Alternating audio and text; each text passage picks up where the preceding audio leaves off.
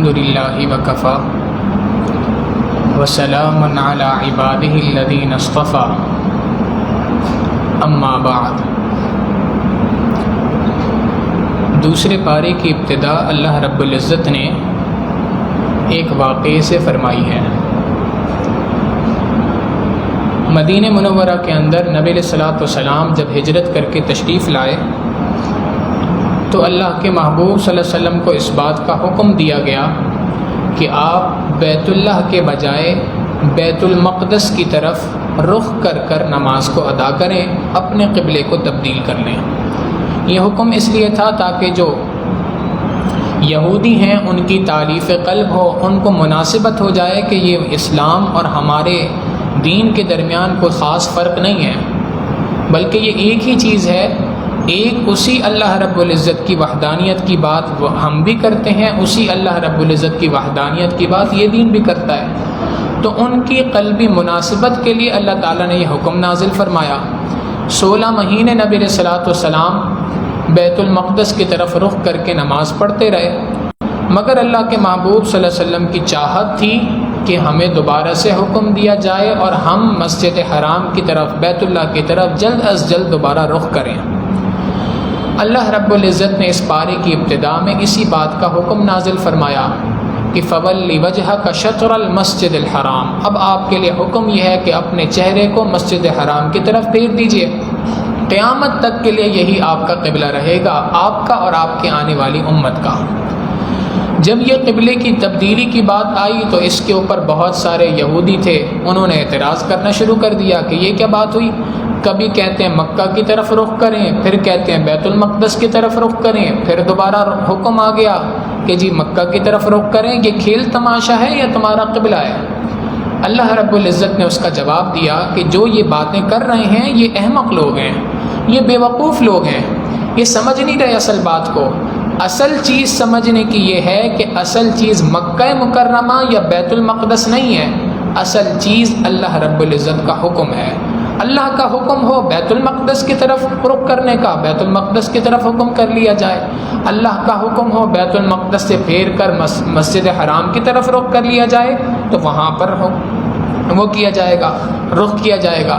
اصل چیز اللہ رب العزت کا حکم ہے جس کو ماننا ضروری ہے۔ رکوع نمبر 18 اور 19 کے اندر نبی علیہ الصلوۃ والسلام کو بھیجنے کا اللہ رب العزت نے مقصد بیان کیا کہ ہم نے جو دنیا کے اندر نبی علیہ الصلوۃ والسلام کو مبعوث کیا ہے اس کا ایک خاص مقصد ہے، اور مقصد یہ ہے کہ اللہ کے محبوب صلی اللہ علیہ وسلم آئے ہیں دنیا میں 4 کام کرنے کے لیے، 4 مقاصد ہیں، آبجیکٹیوز ہیں، ان مقاصد کو پورا کرنے کے لیے آئے ہیں۔ پہلا مقصد قرآن کریم کے الفاظ کی تعلیم دینا، قرآن کریم کا تلفظ کیسے ہوگا، الفاظ کی صحیح ادائیگی مخرج کے ساتھ کیسے ہوگی، قرآن کریم کی تلاوت کیسے کی جائے گی، اس کو سکھانا نبی علیہ السلام کا پہلا مقصد۔ دوسرا، دلوں کو قرآن کریم کے احکامات کے لیے تیار کرنا، اسی کو کہتے ہیں تزکیہ، کہ انسان کے دل کو اس بات کے لیے تیار کر دیا جائے کہ اس دل کے اندر جب اللہ رب العزت کی جانب سے احکامات آ رہے ہیں، حکم نازل ہو رہا ہے تو ان حکموں کو انسان قبول کر سکے اور قبول کر کے اس کے مطابق عمل کر سکے، اسی کا نام تزکیہ ہے۔ یہ نبی علیہ الصلوۃ والسلام کے دنیا میں آنے کا دوسرا مقصد۔ تیسرا مقصد بیان کیا قرآن کریم کو سمجھانا۔ ایک تو ہے قرآن کریم کے الفاظ سیکھنا، ایک ہے قرآن کریم کے معنی اور مفہوم کو سمجھنا، یہ تیسرا مقصد۔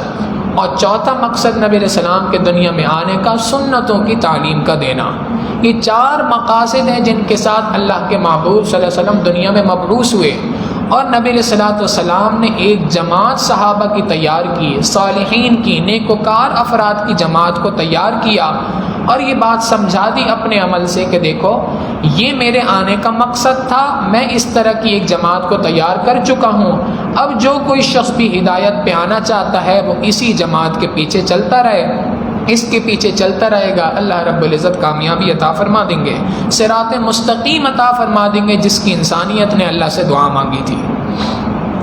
پھر آگے یہ بات ارشاد فرمائی اسی رکوع کے اندر کہ جب انسان اللہ رب العزت کے حکموں کی طرف چلتا ہے، یہ 4 مقاصد کو پورا کرنے کی کوشش کرتا ہے تو اس کے درمیان کچھ رکاوٹیں آئیں گی، اس کے درمیان کئی مرتبہ اعمال میں کوتاہی ہو سکتی ہے، تو اللہ رب العزت نے فرمایا کہ چند کام ہیں کرنے کے. پہلا کام اللہ کو کثرت کے ساتھ یاد کرو. فاذکرونی اذکرکم، تم اللہ کو یاد رکھو اللہ تمہیں یاد رکھے گا. تم اللہ کو مصیبت کے اندر یاد کرو گے، اللہ کو پریشانیوں میں یاد کرو گے، اللہ رب العزت مصیبتیں اور پریشانیاں ختم کر کے تمہیں یاد کرے گا. تم اللہ کو فراوانی میں یاد کرو گے، اللہ رب العزت تمہیں تنگ دستی میں یاد فرمائے گا. تم اللہ رب العزت کو صحت کی حالت میں یاد کرو گے، اللہ رب العزت تمہیں بیماری کی حالت میں یاد کرے گا. تو تم اللہ کے ساتھ اللہ کی یاد والا معاملہ رکھو، پہلا کام. دوسرا کام ارشاد فرمایا کہ ہر کام میں اللہ سے مدد مانگو. استعینوا، اللہ سے مدد مانگو. اور مدد مانگنے کا طریقہ کیا ہے؟ بالصبر والصلاح. ایک تو معاملات میں صبر اختیار کرو، اللہ کی جانب سے حکم آ جائے اس کی خلاف ورزی نہیں کرنی، یہ بھی صبر ہے. روزے کے اندر صبر ہے، گناہوں سے بچنے کے اندر صبر ہے. ناموافق حالات آ جائیں ان حالات کے اندر بھی انسان کے لیے صبر کرنا ہے. اور یہ صبر کیسے آئے گا؟ اللہ رب العزت کے سامنے سجدہ ریز ہو، نماز کو ادا کرو. جو کوئی پریشانی آ جائے، جو کوئی مصیبت آ جائے تو فوراً اللہ رب العزت کے دربار میں 2 رکعت پڑھو. صحابہ کا یہی معمول تھا، جہاں کہیں کوئی پریشانی آتی تھی اللہ رب العزت کے دربار میں رجوع کرتے تھے، 2 رکعت پڑھتے تھے. اللہ رب العزت ان کے دلوں کو تسلی بھی عطا فرماتے تھے اور ان کے مسائل کو حل بھی کر دیتے تھے. آج بھی جس قسم کی پریشانی بھی تمہیں لاحق ہے، اللہ رب العزت فرماتے ہیں کہ صبر بھی اختیار کرو. صبر اختیار کرنے کے ساتھ ساتھ اللہ سے مدد مانگو نماز کے ذریعے سے. پھر دیکھو اللہ تعالیٰ کیسی مدد نہیں تمہاری مدد فرماتے ہیں. اور یاد رکھنا یہ صبر کرنے والے لوگ وہ ہیں جو خوشخبری ان کے لیے اللہ نے دے رکھی ہے. یہ وہ لوگ ہیں کہ جب تو اپنے دل کو تسلی دیتے ہیں، دل میں یقین رکھتے ہیں. کس بات کا؟ انا للہ، ہم اللہ کے ہیں. جو حالات ہیں یہ اللہ کی جانب سے بھیجے گئے ہیں. ہم جب اللہ کے ہیں، اللہ رب العزت ہمارا مالک ہے، خالق ہے. اس نے جس حال میں ہمیں رکھا ہم اس کے لیے تیار ہیں. وَإِنَّا إِلَيْهِ رَاجِعُونَ. نظام کون چلا رہا ہے؟ بغیر کسی کے نہیں چل سکتا. دنیا کی چھوٹی سی فیکٹری ہو، چھوٹی سی مشینری ہو، بغیر بنانے والے کے، بغیر آپریٹر کے نہیں چل سکتی. اتنا بڑے کائنات کا نظام بغیر بنانے والے کے کیسے چل سکتا ہے؟ لہٰذا تم اللہ رب العزت کی نشانیوں میں غور کرو، تم اللہ کو پہچان لو گے. اور یاد رکھو جو اللہ کو پہچان لیتا ہے اللہ سے محبت کیے بغیر رہ نہیں سکتا. والذین آمنوا اشد حبا للہ. لہٰذا ایمان والا اللہ کو پہچانتا ہے اور ٹوٹ کر اللہ سے پیار کرتا ہے، اللہ سے شدید محبت کرتا ہے. رکوع نمبر 21 کے اندر اللہ رب العزت فرماتے ہیں حلال کھانے کا حکم ارشاد فرمایا کہ حلال پاکیزہ مال کھاؤ، حرام مال سے اپنے آپ کو بچاؤ. اور یہ بات ارشاد فرما دی کہ حرام مال کا اثر سب سے پہلا انسان پہ یہ پڑتا ہے کہ شیطان کی اور شیطانی کاموں میں وہ پیروی کرنے لگ جاتا ہے. حرام مال کا انسان پہ سب سے گہرا اور سب سے جلد اثر یہ پڑتا ہے کہ انسان برائیوں میں لگ جاتا ہے. اللہ رب العزت فرماتے ہیں جو کوئی شخص بھی حرام مال کو کھاتا ہے اس کا نتیجہ یہ نکلتا ہے کہ شیطان کی پیروی میں لگ جاتا ہے. اور شیطان کیا کرتا ہے؟ انما یأمرکم بالسوء والفحشاء، گناہوں کا حکم دیتا ہے، فحاشی کا، شہوات سے متعلق گناہوں کے اندر انسان کو لگا دیا کرتا ہے. یہ حرام مال کا اور مشتبہ مال کا اثر ہے جو انسان کے دل کے اوپر ہوتا ہے. لہٰذا حرام مال سے بھی اپنے آپ کو بچانا چاہیے اور شبہ والی چیزوں سے بھی اپنے آپ کو بچانا چاہیے. رکوع نمبر 22 اور 23 اس کے اندر اللہ تعالیٰ نے روزے کی فرضیت کا حکم نازل فرمایا کہ کتب علیکم الصیام، ہم نے تم پر روزوں کو فرض کیا.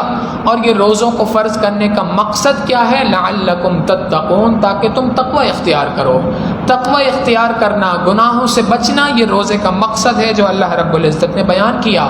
اور یہ رمضان المبارک جس میں تمہیں روزے کا حکم دیا جا رہا ہے یہ اتنی اہم عظیم الشان مہینہ ہے کہ ہم نے اس کے اندر قرآن کریم جیسی عظیم کتاب کو نازل فرمایا. حضرت امام ربانی مجدد الفسانی رحمۃ اللہ علیہ فرمایا کرتے تھے کہ اس امت کا سب سے بڑا اور سب سے اہم ترین، سب سے نازک ترین مسئلہ کیا تھا؟ ہدایت کا حاصل کرنا. ہدایت اس امت کا سب سے اہم ترین مسئلہ تھا. اللہ رب العزت نے اس امت کے سب سے اہم ترین مسئلے کو، سب سے نازک ترین مسئلے کو اللہ رب العزت نے اس رمضان المبارک کے اندر حل فرمایا.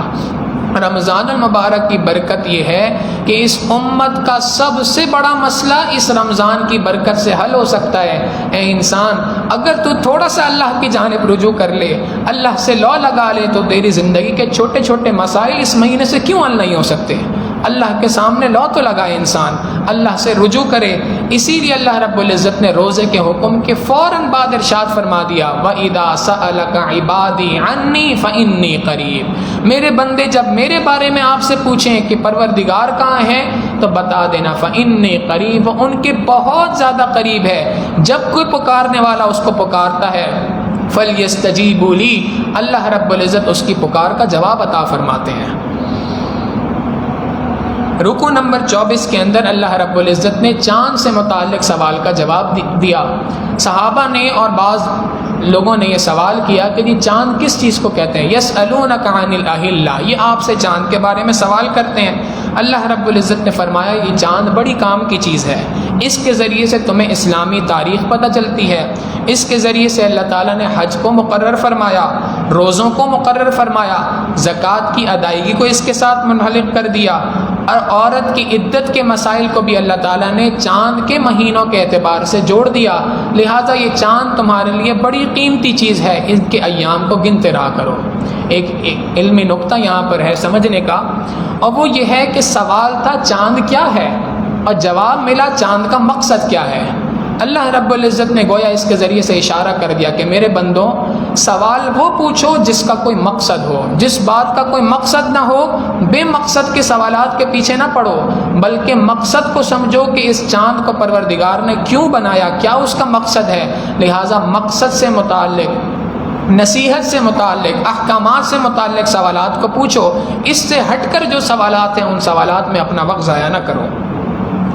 رکوع نمبر 25 میں اللہ تعالیٰ نے حج کے مسائل کو ذکر فرمایا، حج کے فرض ہونے کا حکم نازل فرمایا، اور اسی کے درمیان میں عرفات کے میدان سے متعلق ذکر کیا کہ عرفات کے میدان میں رکنا اور ٹھہرنا تمہارے لیے فرض ہے، اور اسی کے ساتھ ہی ایک دعا بھی سکھا دی کہ چونکہ عرفات کا میدان یہ قبولیت دعا کی بہت بڑی گھڑی ہے، اس کے اندر اللہ تعالیٰ بندے کی دعا کو قبول فرماتے ہیں، حتیٰ کہ نبی علیہ السلام نے فرمایا جو عرفات کے میدان میں دعا مانگے اور پھر یہ امید رکھے کہ اللہ نے میری دعا کو قبول نہیں کیا، اللہ اس سے سب سے زیادہ ناراض ہوتے ہیں۔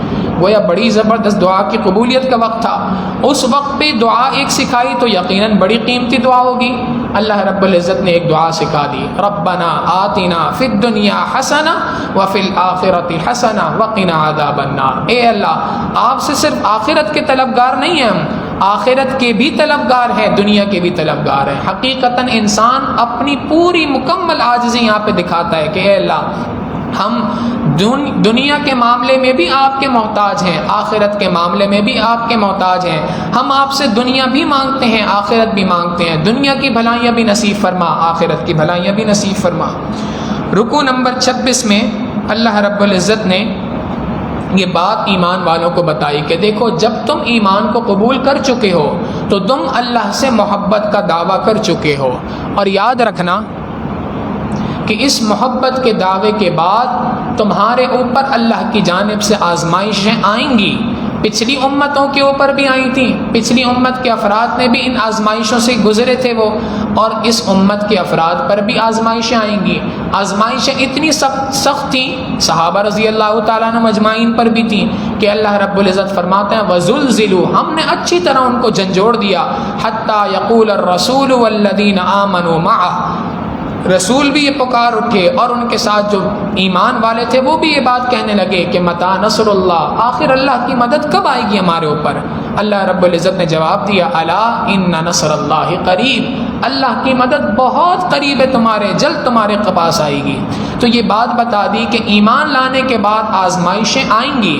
ہاں فرق ہے، صحابہ رضی اللہ تعالیٰ عنہ مجمعین پر ان کے ایمان کی عظمت کے مطابق آزمائشیں آئی تھیں، ہم ان آزمائشوں کے اندر اپنے آپ کو نہیں ڈال سکتے، ان آزمائشوں میں کامیاب نہیں ہو سکتے، کمزور لوگ ہیں، لہٰذا ان کے اوپر ان کے اعتبار سے آزمائشیں تھیں، آج کے ایمان والے پر اس کے اعتبار سے آزمائش ہے۔ سب سے بڑی آزمائش کیا ہے؟ گناہوں سے اپنے آپ کو بچانا، بہت بڑی آزمائش ہے۔ آسان کام نہیں آج کے زمانے میں گناہوں سے بچنا، ہاں اس کے لیے آسان ہو جاتا ہے جو اپنے آپ کو کسی اللہ والے کے سپرد کر دے۔ تو لہٰذا گناہوں سے بچنا یہ بھی ایک آزمائش ہے۔ دوسری آزمائش یہ کہ اپنے ایمان کو بچانا۔ نبی علیہ السلام نے فرمایا کہ قرب قیامت کے موقع کے اوپر ایمان کا بچانا اتنا مشکل ہو جائے گا جیسے دہکتے ہوئے انگارے کو اپنے ہاتھ میں پکڑنا ہے۔ تو ایمان کا بچانا، گناہوں سے بچنا، یہ آج کے دور کا امتحان ہے اللہ کی جانب سے۔ اب بندہ جب اس امتحان سے گزر رہا ہو تو ہمیشہ یقین رکھے کہ اللہ کی مدد میرے ساتھ ہے، میں اللہ رب العزت کی جانب ایک بالش بڑھنے کی کوشش کروں گا، اللہ رب العزت میری جانب 2 ہاتھ بڑھیں گے، اللہ کی جانب سے مدد و نصرت میرے اوپر آئے گی۔ پھر اسی کے اس رکوع کے اندر اللہ تعالیٰ نے مرتد کا حکم نازل فرمایا کہ جو کوئی شخص بھی اپنے دین سے پھر جائے، اسلام قبول کرنے کے بعد اسلام سے پیچھے ہٹ جائے، تو اس کا حکم یہ ہے کہ شریعت نے کہا کہ اس کو دین کے دعوت دی جائے گی، سمجھایا جائے گا۔ اگر وہ سمجھ جائے تو بہت اچھا، اگر نہ سمجھے تو اس مرتد کی سزا قتل ہے۔ لیکن یاد رکھیں یہ مرتد کی سزا قتل جو ہے یہ حکومت وقت کی ذمہ داری ہے، یہ حاکم کی ذمہ داری ہے، یہ قاضی کی ذمہ داری ہے، یہ جج کی ذمہ داری ہے، انفرادی بندے کی ذمہ داری نہیں ہے۔ یہ نہیں ہو سکتا کہ کوئی بھی بندہ دیکھ لے کہ فلاں شخص مرتد ہو گیا لہٰذا میں اس کو قتل کر دوں۔ کسی بھی شخص کو اس قانون کو اپنے ہاتھ میں لینے کی شریعت نے اجازت ہرگز نہیں دی۔ رکوع نمبر 27 سے رکوع نمبر 31 تک اللہ رب العزت نے مختلف مسائل کو ذکر کیا، شراب کی حرمت کا حکم نازل کیا، یتیموں کے مال سے متعلق احکامات کو نازل کیا، حیض و نفاس کے مسائل کو ذکر کیا کہ دیکھو حیض و نفاس کے ایام کے اندر شوہر کو اس بات کی اجازت نہیں کہ وہ بیوی کے قریب جائے، شوہر کو حکم دے دیا کہ ان اوقات کے اندر، ان ایام کے اندر تعلقات کا قائم کرنا ناجائز ہے۔ پھر طلاق کے مسائل کو ذکر کر دیا اور واضح 2 ٹوک بات بیان کر دی کہ دیکھو طلاقیں جتنی دو گے اتنی طلاق واقع ہو جائے گی، 1 طلاق دو گے 1 طلاق واقع ہو جائے گی، 2 طلاق دو گے 2 طلاق واقع ہو جائیں گی، 3 طلاق دو گے 3 طلاق واقع ہو جائیں گی، 3 طلاقیں اکٹھی دو گے تب بھی 3 طلاقیں ہوں گی، 3 طلاقیں الگ الگ دو گے تب بھی 3 طلاقیں ہوں گی، زبان سے کہو تب بھی طلاق ہے، ہاتھ سے لکھ کے دے دو تب بھی طلاق ہے، میسج کے اوپر لکھ دو، وائس میسج کر دو، کسی کے ذریعے سے پیغام بھجوا دو، فیکس کر دو، ہر صورت کے اندر طلاق واقع ہو جاتی ہے۔ یہ طلاق کے مسائل بہت باریک اور نازک مسائل ہیں۔ اللہ رب العزت مسائل کو ذکر کر کے فرماتے ہیں تلک حدود اللہ، یہ اللہ کی قائم کردہ حدود ہیں، فلا تقربوها، ان حدود کو پھلانگنے کی کوشش نہ کرنا، ان کے اندر اپنی مرضی کے مسائل، اپنی مرضی کے فتوے پوچھنے کی کوشش نہ کرنا، بلکہ اللہ کی حدود ہیں، ان حدود کو قائم کرنا۔ پھر اللہ تعالیٰ نے اسی رکوع کے اندر رضاعت کے مسئلے کو بھی ذکر کیا کہ جب بچے کی پیدائش ہو تو 2 سال تک اس کو ماں دودھ پلائے گی اور یہ رضاعت کی مدت ہے، اس مدت کے اندر رضاعت کے احکامات جاری ہوں گے۔ رکوع نمبر 32 سے لے کے 35 تک اللہ رب العزت نے ایک واقعے کا ذکر کیا اور وہ یہ ہے کہ ایک بادشاہ تھا، اس کا نام تھا جالوت، ظالم بادشاہ تھا، بنی اسرائیل کے اوپر مسلط تھا۔ اللہ رب العزت نے اس کے مقابلے میں حضرت طالوت کو مقرر فرمایا اور بنی اسرائیل کو حکم دیا کہ تم ان کے ساتھ جاؤ اور جا کے جہاد کرو۔ 313 افراد تھے حضرت طالوت کے ساتھ اور ان کے مقابلے میں جالوت کا 1,00,000 افراد کا لشکر تھا۔ اللہ رب العزت نے حضرت طالوت کو فتح عطا فرمائی اور جالوت کو شکست عطا فرمائی، اور اس کے بعد یہ بات ذکر کر دی کہ کم من فئۃ قلیلۃ غلبت فئۃ کثیرۃ باذن اللہ، کتنی بار ایسا ہوا کہ اللہ نے ایک چھوٹے سے گروہ کو ایک بہت بڑے گروہ کے اوپر غلبہ عطا فرما دیا۔ تو یاد رکھنا کہ اللہ کی مدد ایمان والوں کے ساتھ ہوتی ہے ہر وقت پر۔ ایک اور اس کے ساتھ ہی اللہ تعالیٰ نے واقعے کو ذکر کیا اور وہ بات یہ ہے کہ جہاد کی ترغیب یہاں سے نازل فرمائی، جہاد کی ترغیب دی۔ اب جب جہاد کی ترغیب دی کہ جہاد اللہ کی جانب سے تم پہ فرض کیا گیا ہے، تو جو منافق ہے وہ جہاد سے فوراً بھاگتا ہے، ایک عام کمزور بزدل قسم کا مسلمان ہے وہ فوراً جہاد سے بھاگنے کی کوشش کرتا ہے۔ اللہ رب العزت نے 4 واقعات کو ذکر کیا اور 4 واقعات کو ذکر کر کے ایک بات ارشاد فرمائی، اور وہ یہ ہے کہ دیکھو اصل چیز یہ ہے کہ تم موت سے بھاگ نہیں سکتے، جہاں کہیں چلے جاؤ، پہلا واقعہ کہ بنی اسرائیل کے اندر ہزاروں کی تعداد میں افراد تھے، طاعون کی وبا ان کے درمیان پھیلی تو اس سے بھاگ کر پہاڑ کے اوپر چلے گئے، اللہ نے وہاں پر ان کو موت عطا فرما دی۔ پھر اس کے بعد کئی سال کے بعد اللہ تعالیٰ نے ان کو دوبارہ زندہ کیا، اس بات کو سمجھانے کے لیے کہ دیکھو جس موت سے تم فرار اختیار کر رہے تھے وہ موت تمہیں یہاں پر بھی آ سکتی ہے، اور جس پروردگار نے تمہیں موت دی وہ موت کے بعد تمہیں دوبارہ زندہ کرے گا۔ لہٰذا جہاد کے حکم کو یاد رکھو اور یہ نہ سمجھنا کہ ہم موت سے بھاگ سکتے ہیں، تم موت سے نہیں بھاگ سکتے ہیں۔ دوسرا واقعہ ذکر کیا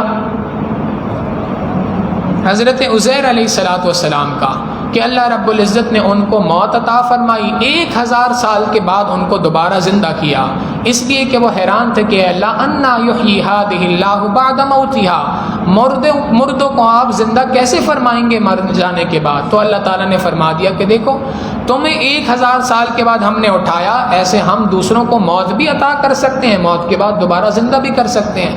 یہی سوال ابراہیم علیہ السلام نے بھی کیا، اللہ رب العزت نے فرما دیا اے میرے پیارے ابراہیم آپ 4 پرندوں کو اکٹھا کیجئے، ان کو ذبح کیجئے، ان کے گوشت کو آپس میں مکس کر دیجئے اچھے طریقے سے، اور اس کے بعد ان کے گوشت کو مکس کرنے کے بعد ان پرندوں کو آواز دیجئے، وہ آپ کے حکم پہ لبیک کہتے ہوئے اڑتے ہوئے زندہ واپس آ جائیں گے۔ اللہ رب العزت نے ان تینوں واقعات کے ذریعے سے اس بات کو ایمان والوں کو بتا دیا کہ دیکھو اصل چیز موت ہو یا موت کے بعد دوبارہ زندہ ہونا ہو یہ اللہ کے ہاتھ میں ہے۔ تم جہاد سے موت کے خوف سے بھاگ رہے ہو، موت تو تمہیں آنی ہے، چاہے تم بستر کے اوپر ہو چاہے تم میدان جہاد کے اندر ہو، جو وقت مقررہ ہے اس کے اوپر تمہارے لیے موت آ جائے گی۔ ان تمام واقعات کے درمیان میں اللہ رب العزت نے اپنا تعارف آیت الکرسی کے ذریعے سے کرایا۔ اللہ رب العزت فرماتے ہیں کہ اللہ لا الہ الا ہو، اللہ ہی وہ ذات ہے جس کے سوا کوئی معبود نہیں، جس کے سوا عبادت کے لائق کوئی نہیں، جس کے سوا محبت کے لائق کوئی نہیں، اکیلا بادشاہ ہے، ہر چیز کا جاننے والا ہے، اس کے علم کا دنیا میں کوئی شخص کوئی ذات احاطہ نہیں کر سکتی، وہ بہت بلند ذات ہے، بہت عظمت والی ذات ہے۔ جو کوئی بھی اللہ کو پہچان لے گا اللہ سے محبت کیے بغیر رہ نہیں سکتا۔ لہٰذا اے ایمان والوں تمہاری ذمہ داری ہے کہ اس قرآن کریم کے ذریعے سے مجھ پروردگار کی ذات کو جانو۔ جب تم میری ذات کو جان لو گے تو اس کے بعد میری محبت خود بخود تمہارے دلوں کے اندر آئے گی۔ اللہ رب العزت سے دعا ہے کہ پروردگار عالم ہمیں اپنی سچی محبت عطا فرمائے اور اپنی سچی معرفت عطا فرمائے۔ وآخر دعوانا ان الحمد للہ رب العالمین۔ سبحان ربی العلی الوہاب۔ اللہم صلی علی سیدنا محمد وعلی آل سیدنا محمد وبارک وسلم۔ ربنا ظلمنا انفسنا وان لم تغفر لنا وترحمنا لنکونن من الخاسرین۔ اللہم اعنا علی ذکرک وشکرک وحسن عبادتک۔ وصلی اللہ تعالی علی حبیبہ سیدنا محمد وآلہ واصحابہ اجمعین برحمتک یا ارحم الراحمین۔